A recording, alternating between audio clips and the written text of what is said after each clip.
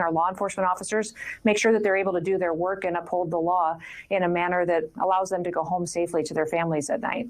Yeah, obviously concerns for their safety, for the safety of the detainees who were there, given the 3 people who were shot today were detainees.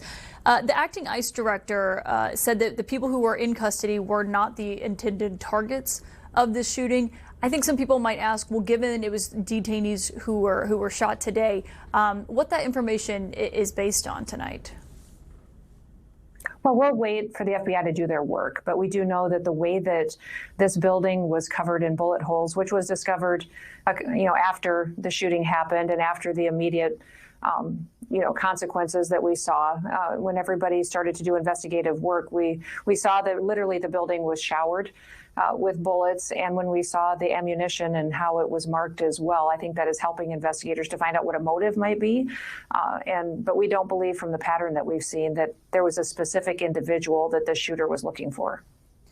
Okay, and the vehicle that was being investigated earlier that I mentioned with that sign on it, do you know if that did belong to the shooter here? Yeah, I can confirm that. I believe that they're investigating all vehicles that would be left around the facility. So I don't have any information that would say they believe that belongs to the shooter. I think that they're truly examining any vehicle that is left parked there, recognizing that the shooter no longer is alive and that he may have left a vehicle behind. And so they're looking at every single one that may be sitting there and has been there over the last 24 hours. And we heard earlier that this shooter, this 29-year-old man, was on the radar of law enforcement beforehand. Do you know why he was on their radar? What had he done or what he was known for? I can't speak to that in the case at this time, but I do know that those details will be released when it's appropriate. Has anything else been revealed to you in terms of, the footage they've been able to see, in terms of him getting access to the rooftop? Or anything in terms of how he got there and when? Nothing's been released to the public yet, although I do know that we'll be conducting those types of informational press conferences, interviews, letting people know as the case can be revealed. We want to make sure that we don't compromise it, but that we also focus on what we can do to prevent this from happening across the country. We are strengthening all of our security at all of our federal facilities and our detention and processing centers. We also are continuing to hire more and more law enforcement officers, and then make sure that we're educating the public to go out there and to, if you see something, say something. Let people know that if you think there is an individual who may be wishing to do harm to someone in this country, let somebody know, but also make sure that we're engaging with our friends and our family. This is a time for all of us to learn and to also spend time together and to make sure that we're having conversations rather than seeing warning signs and not acting on them before a tragic event like this morning happens again. Yeah, Secretary Noem, I notice you're being very cautious in terms of what you're saying and noting that you're waiting for these investigations to play out. I think anyone can appreciate that and why. We did hear from the vice president today say it was a violent left-wing extremist who wrote this message on these bullets, the anti-ICE message. The president said the continuing violence from radical left terrorists in the aftermath of Charlie Kirk's assassination must be stopped. Were either of those assessments by the vice president or the president based on information that the Department of Homeland Security provided to them?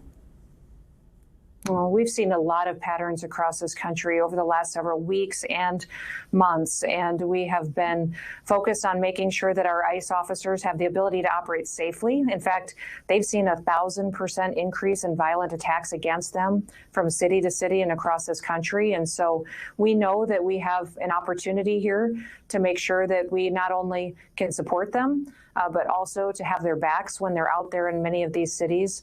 And individuals and politicians, senators, governors are demonizing them, that we have the opportunity to tell the truth about the work that they do, that what these law enforcement officers doing, they're upholding the law. They're out there literally enforcing just the laws of this country and doing it in a fair and balanced way that doesn't make sure that they're picking one person over another. They're treating everybody appropriately and making sure that the United States and our streets are cleaned up again and that we are making this country safe. I think the question is do we know if those assessments, as they were putting it, talking about this suspect here, if that was based on evidence or intelligence from DHS.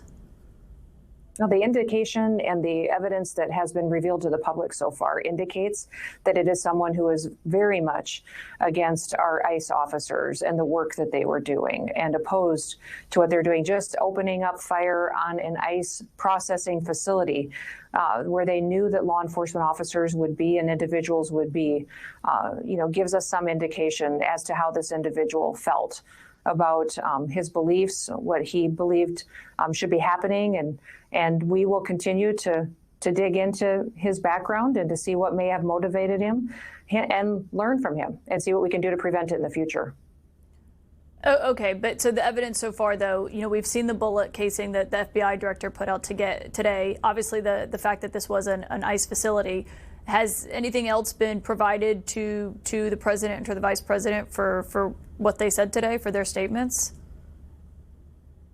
I can't speak to what the president and vice president were briefed on, but people don't write anti-ICE on ammunition and then fire into a building that support the work that our law enforcement are doing. They just don't do that. That's not something that would indicate that they believe that what we're doing in this country is making our streets safer and cleaning up criminal activity. So that evidence has been very clear, and the president and vice president certainly understand the challenges that we have in this country with people who support criminal and terrorist activity.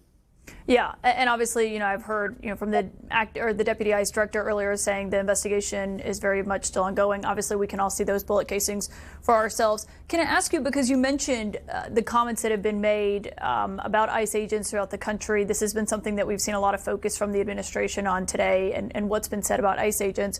One thing that we've heard out of the West Wing recently was from a senior advisor to the president, Stephen Miller, calling Democrats a domestic extremist organization. As the head of the Department of Homeland Security, or the Homeland Security Secretary, would you agree with that characterization? No, we certainly have seen Democrats out there take extreme positions and support radical criminal organizations. Their support of terrorists such as MS-13 and Tren de Aragua, and seeing U.S. senators go and have margaritas with them in a foreign country to support them and their child trafficking and human trafficking exploits, I think is a tragic thing to experience in the United States. Well, Chris Van Hollen said that was basically a setup by Bukele. But I just think the question is, would you label them a domestic extremist organization, as Stephen Miller did? I would love to see these Democrats denounce these criminals, these individuals that are out there trafficking drugs and trafficking our children, raping our girls and boys and selling them, and people that are out there committing criminal acts, robbing and murdering individuals. I haven't seen these Democrats do that, and they should. Gavin Newsom should. Tim Walz should. They should denounce these activities. Crockett. We should have all of them stand up and say enough is enough. American citizens deserve safety, and we're not going to stand behind any criminals and support them over our law enforcement officers. But as the DHS secretary, would you say that Democrats are a domestic extremist organization? Yes or no? Views are extreme and they don't align with the American people at all. And I wish that our media, and I wish reporters like you, Caitlin, would talk about the victims every day that we interact with, that we send you the stories on that you refuse to tell, about the poor little girl and baby that was strangled yesterday by an illegal criminal and died. That baby died overnight. That was the first news I got this morning when I got up at 4 a.m. Then the next news that I got was that the media had reported that a father had his child taken away from him, when in all reality, this poor little autistic girl was abandoned by her father. But CNN didn't report that, right, Secretary Noem? But you know what, Caitlin, just if you guys would just tell the truth about what these criminals are and what they've done in their history, we tell the truth and make it about the victim. That'd be fantastic. We send out about 5 or 6 different press releases every day correcting stories, and I'll send you the copies of the ones that you've gotten wrong that we've been able to correct. But these law enforcement officers are being demonized, and they should be supported because they have families too, and they live in these communities. Their kids go to school there. Their spouses go to work, and they just want to go at night and they're to make their community and their city safer. Secretary Noem, as you know, if we get something wrong, we correct it. But also what you just referenced there is not something that CNN reported. And obviously we strive